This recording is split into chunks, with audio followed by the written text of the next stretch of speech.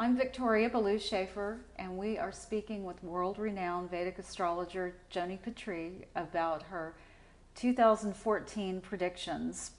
What's coming up according to the Vedic charts in astrology. Hello, Joni. Give us some insight. What do we have to look forward to, or perhaps not to look forward to, at the beginning of 2014? Well, I hesitate because this is going to be a very eventful year. I think a lot of people have given me the sense that they feel like what's to come. I feel like something's about to happen, but I'm not sure what, but I know there's something big. It's like we're kind of waiting for like the other shoe to drop. And astrologically, there has been a configuration that has occurring occurring for quite some time, and it is the square between Pluto and Uranus. All astrologers, Western or Vedic, have been watching that, but for the most part Western, because the Vedic astrologers don't use the outer planets, but I call myself a neo-Vedic astrologer that uses the outer planets. Neo meaning I take into account what's new and add it to the old ancient tradition of Vedic astrology. So traditionally, the outer planets are not used, but I know they work. So I have to incorporate them in my work. And as Uranus and Pluto have been squaring, and they continue to square for a number of years, they come into exact orb. And this year, they're coming into exact orb, where it's not only a square between Uranus and Pluto, but what comes into effect now is Jupiter's a part of it. And then the last missing piece to create a grand cross, which means there's planets that are all in angles from one another. Mars is going to come into this configuration, and Mars is the planet that deals with disruption, war, violent events. I mean, Mars rules a number of things. The good side of Mars, it's intelligence, ambition, drive, direction, sports, just a very powerful planet. So wherever Mars is in a chart, it does create an energy. It's a big bang, I guess you might call it. So the fact that it's going to come and it's going to trigger, I find Mars is definitely a trigger in astrology. It's going to come into this missing point to create this grand cross, and it's going to oppose Uranus. Now, I find that anytime Mars opposes Uranus, it's some unexpected big change. And I hardly think it's unexpected, because we have all been sitting on the edge thinking what's going to happen, because there's been so many things that are on the verge of happening. And this will be the final trigger. Mars is going to come in Virgo. Let's see, it's going to come into Virgo the end of November of 2013. But it's going to stay in this sign for quite some time, because it slows down right before it's going to go retrograde.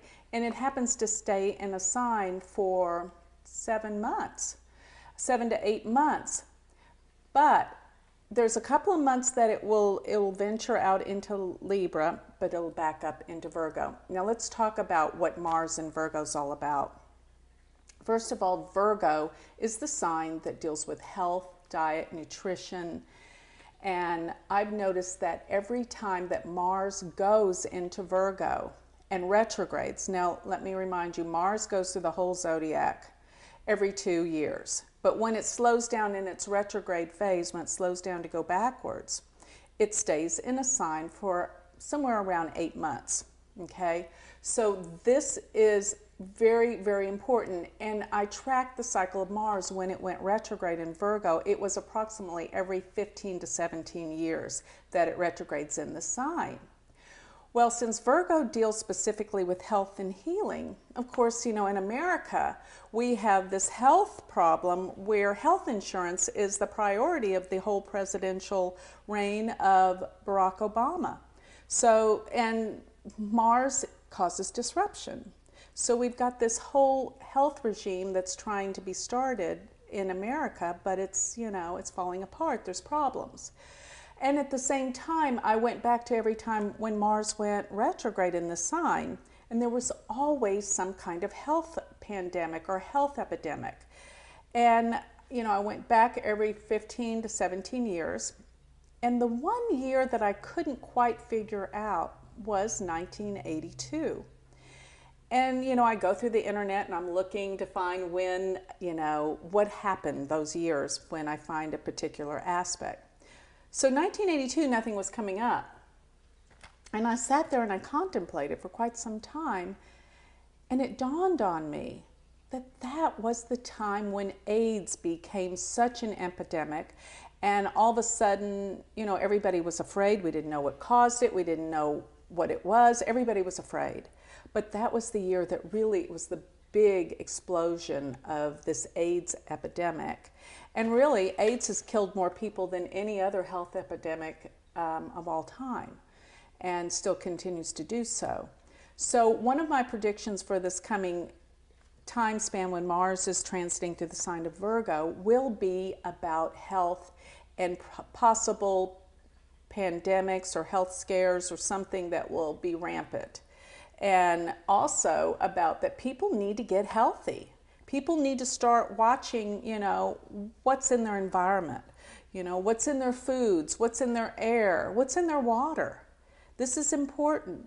And it could even be involved in something with a war, like some kind of war that they're trying to kill through, weapons that have mass destruction, but something that affects us health-wise, makes us sick. So some kind of health. Chemical weapons? Yes, chemical weapons, you got it. So biological. That would make a lot of sense because agents. Mars is war too. And the fact that it's going to oppose Uranus is so strong in terms of something happening explosive. It's explosive. And Uranus has been known to cause earthquakes as well. So this is the year that I think we're going to experience, which we already have, some very powerful earthquakes. And another thing, aside from the Mars being in Virgo, is that we've been experiencing the Saturn-Rahu together. Rahu is the north node of the moon that we look at in Vedic astrology. And wherever Rahu is in the sky creates enormous change. And it is currently in the sign of Swati. Rahu is in Swati. This is not a sign. Let me back up a minute. I know I'm talking terms that you may not understand. But in Vedic astrology, all the 12 signs have smaller divisions, which these divisions are called the nakshatras. But I find these divisions, they're 13-degree, 20-minute sections of the zodiac, and there's 27 of them. But I find certain nakshatras to be amazing in prediction. And this particular nakshatra called Swati, where Rahu is the wind. Its symbol is a blade of grass blowing in the wind, and it represents independence, but it's definitely about wind. And it's occurring in Libra, which is an air sign. And the other nakshatra, I'm going to talk about two nakshatras specifically, is in Gemini, and it's called Ardra. And Ardra's nakshatra is around the middle of Gemini, and of course Gemini being an air sign, but its symbol is a teardrop. And also its ruling deity is Rudra, which is the howling wind. And it's interesting, the whole pattern of how the nakshatras, it's almost like the mythology of life, that one that follows the other. Ardra is the intense storm, the dark night of the soul in the storm. And what follows Ardra is a nakshatra called Purnavasu, which means return of the light. So it's like after an incredible, intense dark night of the soul in a storm comes the light of the next day. The sun will shine again. But I want to talk about this Ardra because as I was studying the aspects for this year, I came to realize that this particular portion of the zodiac that incorporates Ardra, the nakshatra Ardra, which is in Gemini, the middle portion of Gemini, has just about always been significant in big tragedies in the world. And I came to realize through all the chart readings that I've done that my clients that have Ardra really strong in their chart, that they've had some kind of tragic event. And I mean, this is not something we want to dwell on, but it's a fact, because people want to be prepared for the future. That's why they seek astrology, and they want to know, what's, everything's cyclic. We go through bad times, we go through good times. There's ups and downs in life. But every client that I've had that's had a powerful Ardra, planets in Ardra, have had a tragic event in their life. Just for example, I have a dear friend of mine who in her life, she has her moon, her ascendant, these are the two most personal points in a chart, in the nakshatra Ardra, and with Ketu, which is the indicator of loss. Rahu and Ketu are lost. Ketu is the loss. So she has a moon conjunct Ketu in Ardra on her ascendant. She lost both of her parents when she was young. Her brother died of a drug overdose. Her sister was in an accident and committed suicide, killed herself, violently I might add. And her son was killed in a car wreck a year and a half ago. And it's just like when I see that nakshatra, I cringe because I know it represents tragedy. So then I went on to really research all the tragic events to see if Ardra was significant. And I went back to the bombing of Hiroshima. Ardra was very, very significant at that time. I went back to the assassinations of the presidents, McKinley and Lincoln. It was very, very strong in the chart. And of course, which we're coming upon the anniversary, the 50th anniversary of the assassination of President John F. Kennedy. And it was very interesting because he has Ketu in Ardra in the 10th house of career. So it was like being the president that caused the tragedy, and the tragedy for the world as well. But Rahu, at the time of the assassination, was directly on that Ketu. So this point in the zodiac is so significant. And of course, finally, I looked at September 11th, 2001. Jupiter and Rahu were in Ardra. And so my point is, what is in Ardra right now? Jupiter is going to be in Ardra exactly in this grand mutable cross, and it has been there. But right now, right now as we speak, it's before the new year, and in January, it's not going to be quite into Ardra yet. But when it goes into Ardra, the very end of January and into February and March, I predict something tragic will happen. And of course, all the countries around the world that may have this point in the chart activated will be the countries that things will occur in. And if I revert back to the United States, in the United States chart, Jupiter is 15 degrees of Gemini, which is in Ardra. This is in the natal chart. So every time planets come around to that degree mark, something happens. And I've tracked it. So something is going to happen in the spring when Jupiter participates in this grand cross. And in the United States chart, it will come back to where it was at the time of the signing of the Constitution, because that's the chart I use for the birth of America. July 4th, 1776, and Jupiter was 15 degrees.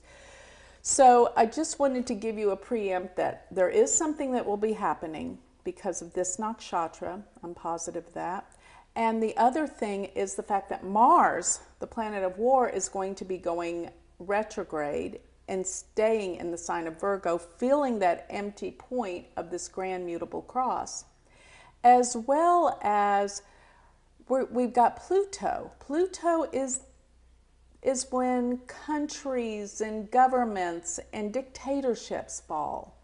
Pluto is about power. And the fact that it's being squared by Uranus means that there's going to be the fall of any dictatorship or government that overrules the people. And as you can see, we're having this situation happen in Egypt, Syria, and Turkey, because they're not going to let the government overrule the people. And that's all well and good. It's a good transformation, and it will be wonderful in the future. But for right now, as we go into this catastrophic change, you're going to see that it's very difficult, but things will get better because of this. It has to change. Things cannot stay the way they are. So with that, I want to just go over each month, if you will. Starting with January, I look at the new moons and the full moons to see, how each month will unfold. And looking at January 1st, New Year's Day, we have the Uranus squaring, almost exactly opposing Mars that month. And so that would be the time that I think there could be earthquakes and earth changes. And by the way, I did look up the San Francisco earthquake that happened in 1906, was it? Yeah. I think so, yeah. And yes, of course, there was planets in Ardra, and it was affecting the United States chart, always around the 15-degree mark. And so I've been really watching that 15-degree mark in terms of earthquakes and changes in the world, but particularly in the United States. It's due. And so we're going to have some changes.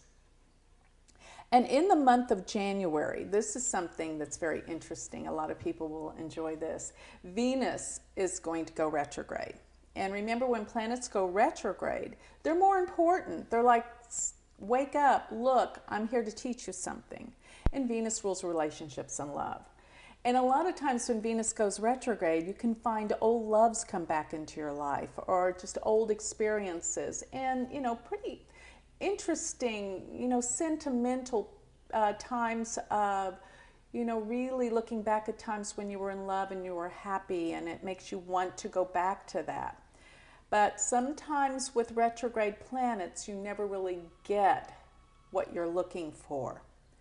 Although I will say this, if I ever have lost something during Mercury retrograde, you always find it. Oh, that's helpful. I know, it's very calming when I lose something. I always think, okay, it's Mercury retrograde. Yes, I've lost it, but you always find it.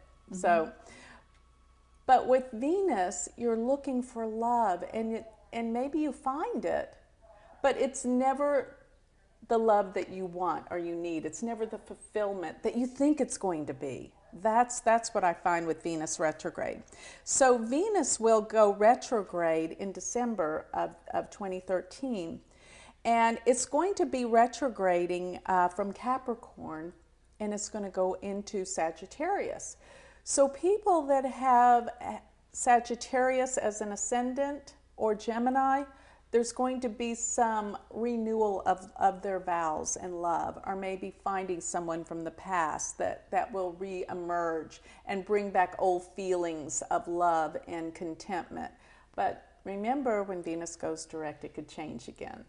So it's almost like you go back to something you had, but then it doesn't stay there, because you were meant to just go back and look at that for what it was, but then you'll return to the way it is now. But it's almost like a memory, something fun.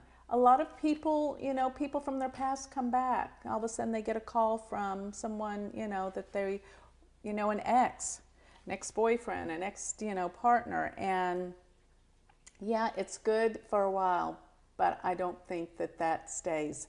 And I could be wrong. It could last, but I would not recommend getting married with Venus retrograde. So that's another thing. But in January, Venus will go direct. And here's another thing astrologically: whenever a planet goes retrograde or goes direct, wherever degree it's at, is so powerful.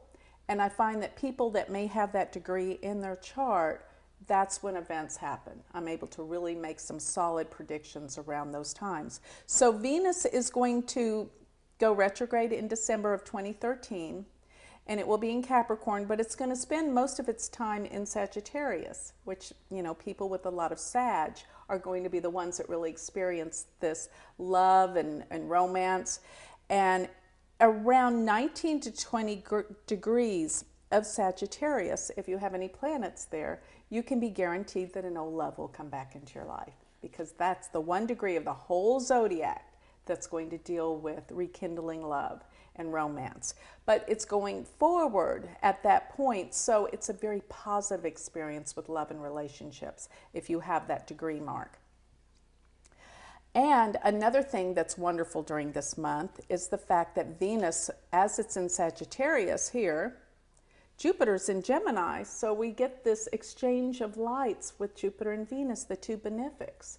So this is a very positive experience, and it deals with love and romance and harmony. So this is more on a personal level. And I think January will be, for the most part, a little calm. And maybe the end of the month could be where everything starts to really get, treacherous. But February, I think, is the month where we need to be careful. Okay, so that's what I'm looking at. Now, around January 8th, Mars will exactly square Jupiter. And so Mars comes into this really difficult place. And I think that there could be I wouldn't be traveling, and watch machinery, things of that nature, because Mars deals with cars, machineries, aircraft. So around January 8th is a difficult day. That's a day that I want people just to hang low. Don't be doing anything that's dangerous or risky. So that's one of the main days. Now, another day that's significant, or another aspect that's significant during this time, is in January. The sun and the moon come together in the sign of Sagittarius, intensifying this sign. So it's going to have the aspect of Jupiter. So the sun and moon will come into this place that will activate Jupiter, which means expansion. And I think probably people are feeling kind of positive, but here's another thing. Because of this grand square and where Mars is going, I think around every January is where we have to make the deficit as a country. And I believe that this year it's not going to be avoided. Where every year they just, let's make more money, let's avoid it.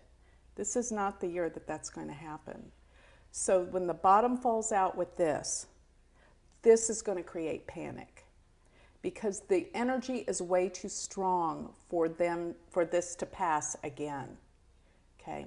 Like I said, the beginning of the month is okay. The end of the month is where everything starts. And this is where I think the bottom of the financial markets and the banks and everything's going to drop. Joni, it's interesting because January 23rd, I think, is when the extension deadline expires, as far as the extension of the budget, the federal budget that we've had so many problems with in 2013. It was extended, and I believe it's right around January 23rd that it expires. So this sounds like it's coordinating with what your charts are saying. I didn't know that. So the 23rd is the day that it has to meet, and otherwise the deadline. It's either the 21st, 23rd. It's right around in there. Do they ever extend? I mean, is there leeway with that, or it's always the 23rd? This was an extension, and wow. So it was a hard fought thing. So it fits right in with what you're saying. Okay, well, thank you for that. Well, I don't think that the media is talking about that right now, but let me tell you, they're going to be talking about it, because this, according to where the planets are, they're not going to get away with it another year. It is going to happen. This deficit, whatever, this is the bottom, will fall out. So this is probably why I'm seeing such a treacherous year. And it could be, when we talk financial, we talk, this hurts people. almost more than anything else, when they have to, pull things in and not be able to spend as much as normal. There's going to be some major, major problems financially. People are going to, they're going to be afraid.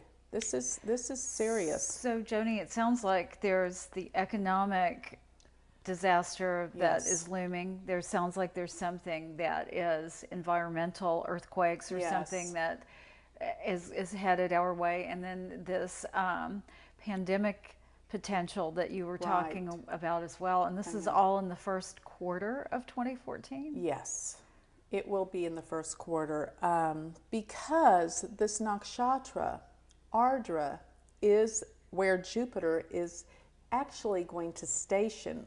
Remember when I said planets, when they slow down, stop? It's like Jupiter will be retrograde.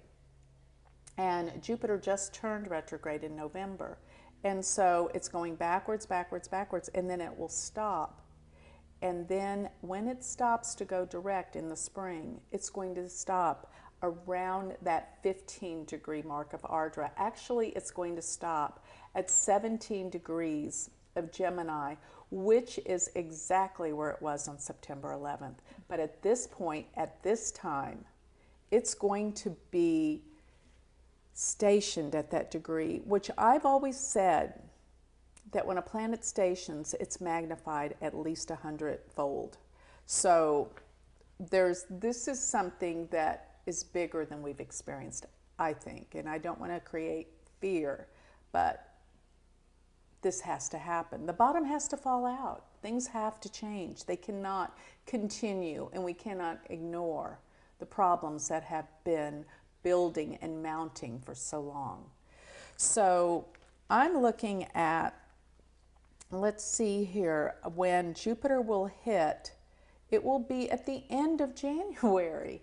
It's going to be 17 to 18 degrees of Ardra, the exact degree that it was when President Kennedy was assassinated, as well as September 11, 2001, and also around the time that Garfield was assassinated. I found that this was prevalent. And there was another, Hiroshima, the bombing of Hiroshima. So these were all, this degree mark is so solid that I know something is about to come down. Now, January 31st, as I said, Venus will station opposed Jupiter. So on a personal level, people will be coming closer. People will be forced to come together.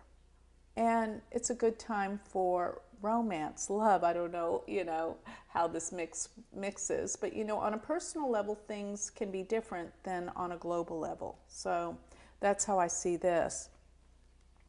But here's another interesting aspect that happens in January, that Rahu, where it is in the nakshatra Swati that I discussed, is going to be aspecting Neptune exactly.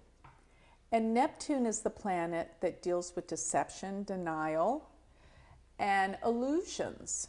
So this can sometimes mean it breaks the illusion when we have this planet that is so sharp and destructive. It's like all of a sudden we can't deny the truth anymore. The truth comes out. And it's shocking to some people. So I'm looking at this around the time of January 15th, which is the full moon. I mean, I haven't even gotten away from January yet, and we've been talking quite a while. So, but I feel like February is going to be when things get really intense. And I've been talking about Mars being in Virgo, but there's going to be about a 6-week period where Mars will go into Libra before it backs up into Virgo again. This time frame, when it backs up, when it goes into Libra, it's going to join Rahu and Saturn, and that's pretty treacherous too. So I'm looking at February 4th, Mars will go into Libra.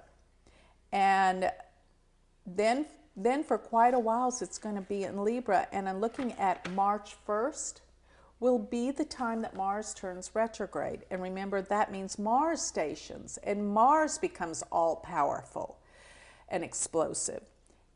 But it will be between 2 and 3 degrees from Rahu, which is when big events happen concerning war, attacks, and breakouts. So any country that's got degrees falling around this will be affected.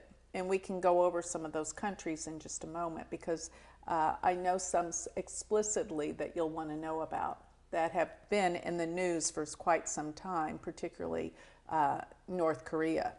Was it North or is it South Korea? North. Okay, that's what I thought. For a minute I was thinking, because I know that they've been in battle for so long.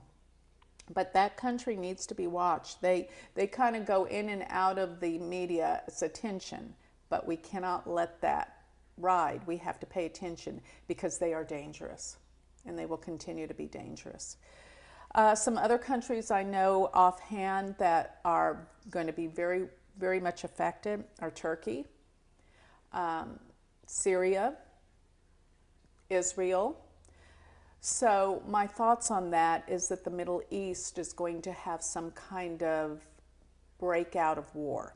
And this will really affect the global economy, oil for one, but also it's just going to affect everyone with fear. Because here all of a sudden these governments are having these explosive events. Turkey is a place that I love and I visit quite often. And, their people are protesting because they don't like what the government's doing. It's bringing in religion into the rule. And Turkey, as a secular country, the law is that they don't bring religion into the government rulings. That's what secular is all about. But now that their recent prime minister is doing things without, asking or making, a vote about things, the people are protesting. And, they're not violent protests, although it may appear that way. They're tear gas. They're not killing people. But still, it's time that these events that have been occurring in Turkey are going to heat up even more. Okay, Egypt is another one that's very much involved in this area of the zodiac, where we're talking about Libra, where the Saturn-Rahu conjunction has been for over a year. It's, January, actually Rahu came into Libra in January of 2013, and it stays in a sign for a year and a half. So the Saturn-Rahu conjunction, or in the same sign of Libra, will be together all the way till next summer, till next July. So we have got the effects of this Saturn-Rahu till next summer in July. And I think by July things will be better. This will be sort of like where we can take a breath, because there's going to be some big changes astrologically, which I'll get to when we get to those months. But I want to get back to February, because I'm looking at some dates in February that look pretty dangerous. And I'm going to say that when Mars goes stations around March 1st and 2nd, there's going to be like some intense events concerning war, fighting, conflict, all over the world, okay, not just in one country. And I'm also noticing that Jupiter will station at that 17-degree Ardra point in the month of March.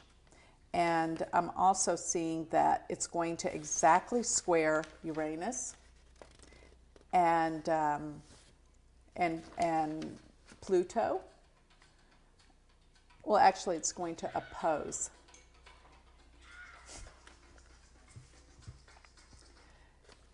So let's see. So looking at this, the new moon in March will be at 15 degrees of Pisces. Now, this was a point that was activated during the earthquake in California, the San Francisco earthquake. So I'm looking at, and it will conjunct Uranus, which rules earthquakes. And I think that this could be a treacherous time in the spring for earthquakes in America as well. And another thing is on March 24th, Mars will enter back into Virgo. So it's going to be approximately around 6 weeks or 8 weeks that it is in the sign of Libra, and Libra's a sign where it's going to create war all over and around in the world, not just in America. But I do think with that Jupiter being stationed at 17 degrees of Ardra throughout the month of March, something is due to happen in March, okay? And then when Mars goes retrograde, it brings out the quality of war. And I think after that could bring out the,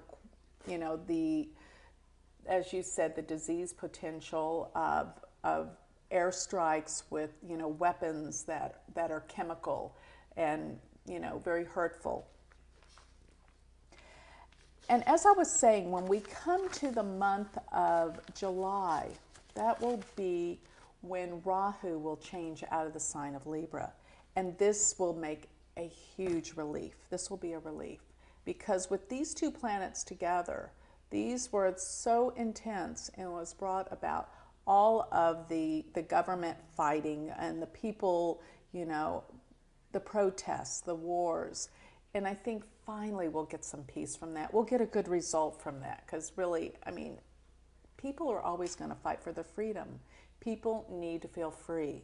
There's nothing more oppressive than not having freedom in any place in our world, in our country, in our lives. So this is what it's all about. The Uranus, Pluto, Jupiter are all about fighting for freedom and equality. And that was exactly what happened when Lincoln and the Civil War, back in the 1800s, because the last time that Rahu and Saturn came together was the time in the sign of Libra. Now they come together every 11 years, but when they came together in the sign of Libra, the last time was when Lincoln was assassinated, and that was what, 1865? Yes, 1865. So something really difficult always comes of the Saturn Rahu, because if you trace it back every 11 years, you'll find that something happened, and usually a war broke out. Okay, I think Desert Storm was one time. I went back and logically every time something happened. But after the big breakout, something positive comes of it. Everything is cyclic. And unfortunately, some people think this world will become a utopia at one point. But I disagree. I think because this is a world of duality, where there's this opposites all the time, that there'll always be this like going up and down. So there's always going to be trying to find a place of balance. And yes, we will get there, but we'll always kind of go out of balance again, because we all come here to grow on a spiritual level, because it is hard here. There always will be controversy and opposing thoughts and ideas. And when we have this opposition, some people get mad if they can't force their ideas on others and have control. And so that is just the wavering of the balance and the cycles that are always going to be a part of this world. So that's why you can see, there's war, there's peace, there's war, there's peace. And so after the assassination of Lincoln, it was the end of the Civil War. So you see, after some tragedy came some peace. And that's the way of this world. So I don't want people to get so caught up in the negativity of what this is about, because it's not going to be the end of the world. It's just one of those cycles where everything kind of explodes so that we can, when things settle, we have a peace again. And we have a society where people come together and help one another. And that sometimes is what tragic events bring forth in our lives. They bring us together. And that's what we need to do, because we forget. And the further apart we go from each other, the more necessary there's an event that will bring us together. And I think we're at that point right now, We're being, torn apart.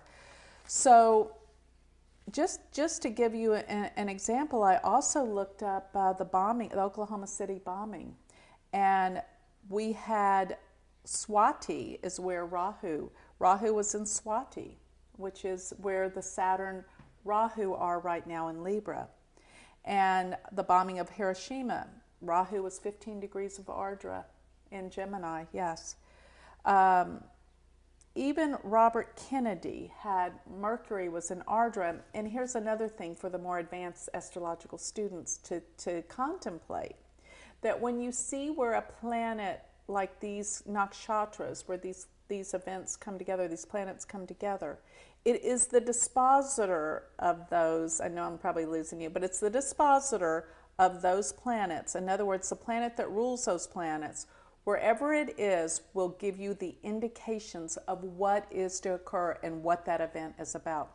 And so I looked at the time that Robert Kennedy was assassinated, and I noticed that Mercury was right there in Ardra, but it was the dispositor of where Moon, Ketu were, because they were in Virgo. Mercury disposits Virgo, and it was in Ardra. So, there's always something connected to this nakshatra, which is just huge, big events.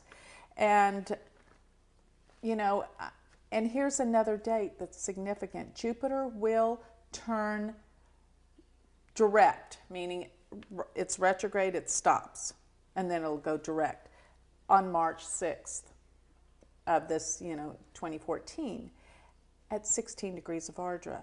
This is something to really, really pay attention to. Another thing that's going on in the month of March is really difficult, okay, is that Saturn will go retrograde on March 2nd, and it will be at 29 degrees of Libra. In astrology, when a planet is at the very last degree, it is really uncomfortable, okay? We call this Sandhi. It's right before it's about to shift signs, but it goes back to the last degree and stops, and then goes retrograde. So this could be indicative of, we come to this point where everything kind of stops, and we revert backwards for a while, because I'm not looking at some really positive, good things to come till the summer. And then things will change radically. So also, let's see, Mars will go stationary, and it will turn direct, where it stops. See, all these planets are really making important changes during the springtime. And so I looked up when Mars would stop and go direct. And that would be May 20th. And May 20th, Mars will go stationary direct at 14 to 15 degrees Virgo. Do you realize it's always at this midpoint of a sign? Because there's 30 degrees in a sign. So Jupiter's at 15 degrees. Mars is at 15 degrees. Pluto is around that degree mark. It has been as currently as we speak, but it's going to be around that 17 degrees mark where this whole Grand Cross comes into play. And this is the most significant thing that's happening globally in the world, affecting every country. So moving towards April, there is a perfect Grand Cross that forms. And this will be around April 20th through the 22nd. And it doesn't matter if you're doing Vedic or Western astrology, these aspects are still occurring. They just happen to be, in Vedic astrology, backwards a sign. And remember, Vedic astrology is where the planets truly are in the sky, in the heavens. But if you were to look at a Western chart, you will see that they will actually all be lined up in the Grand Cross. So on April 20th, Jupiter will exactly square Uranus. Uranus will exactly square Pluto, and we will have Jupiter exactly opposed Pluto, and then Mars slides right in there where it will be exact. Also, I noticed that around the full moon, let's see, it's actually, yeah, the full moon is the time that these planets will come into this exact cross around that time. Mars will be 20, let's see, it will come back, it's going to be around 20 degrees of Virgo. So when I come to, here we go, yeah, it's going to be around April 20th to 22nd that we will have a perfect grand cross. And in the sidereal chart, Vedic astrology, it's going to be mutable, okay? So, but then in the Western chart, it's cardinal. But here's what's interesting for lovers of Vedic astrology. There's a system, there's many systems, but I generally use the Parashara system. But there's another system called Jimini, and these are named after the great seers who taught these principles. So it was the great seer Jimini that came up with the whole system of Jimini astrology. And in Jimini astrology, planets and mutable signs are considered a full aspect. So the fact that we have Jupiter, Mars, Uranus, and Pluto in mutable signs means they're in full aspects. So I thought that was significant as well. And what does that mean, Joni? So April 20th, when all of these come together, what happens? Okay, that's a great, yeah, because I've been talking about these aspects. These are hard aspects. These are hard planets, okay? First of all, Uranus represents breakdowns and earthquakes and things that happen suddenly and unexpectedly.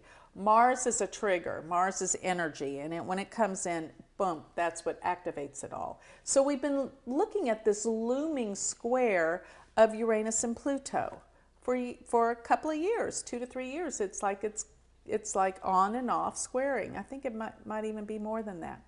So, and it actually they actually square each other exactly 7 times before they're finished with retrograding back and forth and exactly coming into a square. So during this time that they become exact, Jupiter came into this whole array of this square, and then Mars. Jupiter magnifies things, makes things bigger. So when we're talking about the breakdown of world economies, of world leadership and government, the people are wanting their freedom. Jupiter represents freedom. So just to put it in layman's terms, this will be a breakdown of many governments, many economies. Jupiter makes it a bigger event than it ever has been before, and Mars can make it quite violent. But Uranus's quality with Mars will make it quite suddenly. And with Uranus representing earthquakes and earth changes, we're going to have that.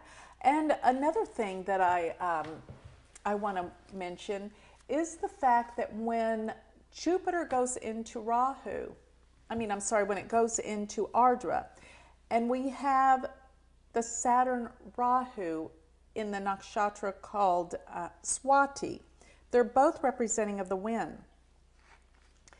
And it has been noted, and I went back in history and looked, and every time that we had that Saturn-Rahu conjunction, it was one of the most extreme weather. We had the most extreme weather and the coldest winters we've ever had. And so my prediction is for the year of 2014 that we will have one of the coldest winters we've ever had and the strongest storms. As I just wrote my newsletter for last month, for the month of November, I said we will have record-breaking storms. And we just had a typhoon that crossed over the Philippines that they said is the strongest ever recorded storm ever recorded. So we have more of this to come. Is this the winter of 2013 going into 2014? Or Yes, because by next summer, Rahu and Saturn will shift out of this sign of Libra that's causing these extreme winds. And as an astrologer, I look at what the planets mean, but I go back in history to see what happened the last time these planets were there. This is, how we study the cycles in astrology. And so I went back to the times that Saturn and Rahu came together and they were the strongest winds, the worst storms, but particularly the coldest winters. Because you see, both Ardra and Swati's symbols are the wind. Okay? So this summer, we're going to have Rahu separate out of the sign of Libra, and it will change this whole dynamic of all of this big change, breakdowns. So you see, aside from just having this grand cross, we've also got the Saturn-Rahu conjunction.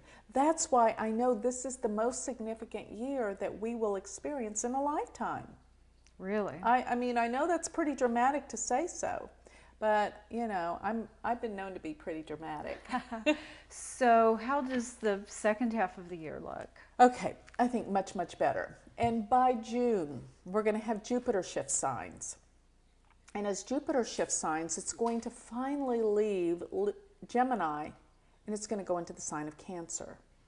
And Cancer is known, first of all, to be the sign of family and togetherness, but Jupiter is particularly strong in Cancer. Cancer is the sign of Jupiter's exaltation. So Jupiter is all-powerful. It beefs up in strength incredibly in the sign of Cancer. So what does that mean? That means it brings the good of Jupiter out, and it brings family, it brings people together, and it's positive. So I think after the big breakdown, the storms, the literal storms and figurative storms, that this world is going to change, and things are going to get so much better. And that will be the initial start when Jupiter separates in late June into the sign of Cancer. And remember, Jupiter stays in a sign for a solid year. So it's going to be the months from around the end of June of 2014 to the end of June in 2015. So during that time, you're going to find people coming together. And I often think of Cancer as home, family, our ground, our security, things of that nature. That will become stronger. And I think real estate markets will start to improve when Jupiter's in Cancer. So this is a turning point in the summer. And when I look also to the month of November in 2014, Saturn changes signs. And Saturn will change into Scorpio from Libra. So it's going to really have a big shift on the economy, how people believe, how people think. And I think people are going to be moving more towards trying to find peace, after, you know, a big fallout, people are looking to come together and find peace. And Saturn in Scorpio doesn't sound, you know, like peacefulness.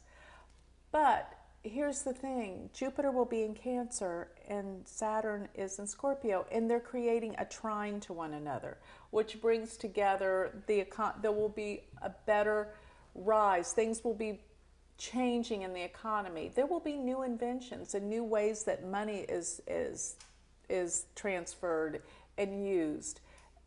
But everything is changing, and it's going to be that the bottom falls out and we don't have a choice. So this is the year that it all comes together. It all happens. But for the highest good of us all. It's, you know, I kind of think sometimes when change is exciting, even though it can be very scary, and it's very uncomfortable. And I always say we're afraid of change because it's so uncomfortable. But once we do change, just like getting to know the internet and learning how to use all the electronic devices, we're resistant at first. Then finally we surrender and we can't live without it. So it's like these are the changes that we will think, thank God that happened because we couldn't be who we are or where we are in the years to come. So we have to go through this. It's like going through the tunnel to get to the other side, the big change. How fascinating, Joni. We have a lot to look forward to, a lot to get through before we can enjoy 2014, Yes, it sounds like. yes. So, you know, I thought, well, maybe we could also look at talk about this for just a minute. Every year, Mercury goes retrograde 3 times a year. And it's interesting that whenever it goes retrograde, it's always in the same element for that year. And so Mercury will be retrograde in an air sign First, well, right now we just had a retrograde, which I thought was treacherous. Every electronic device I owned went haywire, computer and all. But see, it just went retrograde in Libra. So it will go retrograde, I believe it's in January, and it will be in Aquarius. So then the third retrograde will be in Gemini. So what this year is about is bringing together communication skills, bringing us closer in how we communicate and getting our message across.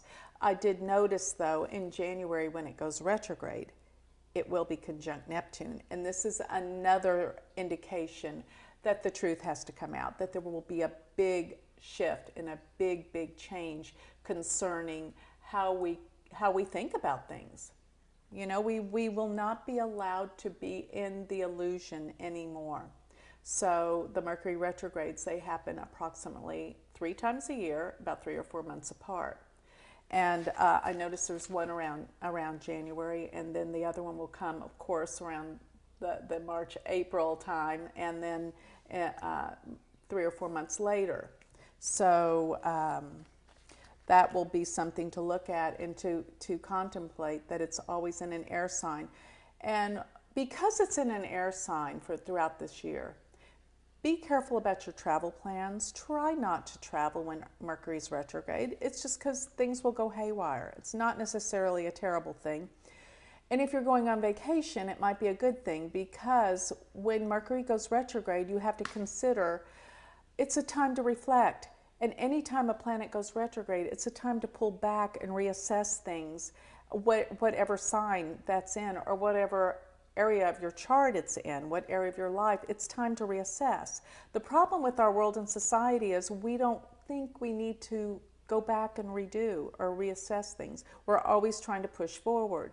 And that's why these retrograde periods are so difficult for people, because they're always pushing forward. But if you would heed the planets, pay attention to, like, the ebb and flow of the tides, you know, things have to pull in before they can go back out. And if you will heed this, your life will operate smoothly. So when Mercury goes retrograde, it is time to pull back, but reassess, reanalyze. And, you know, I think it's a good time to go on vacation, because you're not working and pushing forward anytime. But if you're traveling and Mercury goes retrograde, know that there will be delays and there'll be setbacks. Just bring a lot of information to read so you know you're prepared, and it's not that bad. When you're prepared for things, it's not that bad. You know what to expect. I always say astrology is used like a weather forecast. You know, if it's going to be raining outside, bring an umbrella.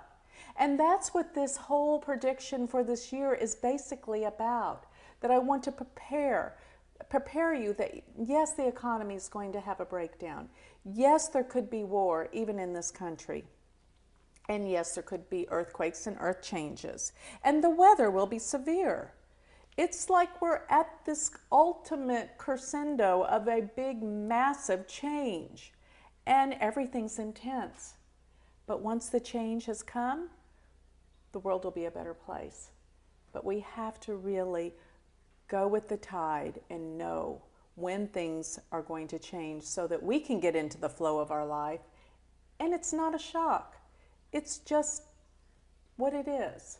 And it's nature. Nature, I look at astrology as nature, because it's the law of cause and effect. And everything happens when it's supposed to. And you can't fight nature. You can't go against a storm. We have to realize we have to go with the flow, and you have to prepare.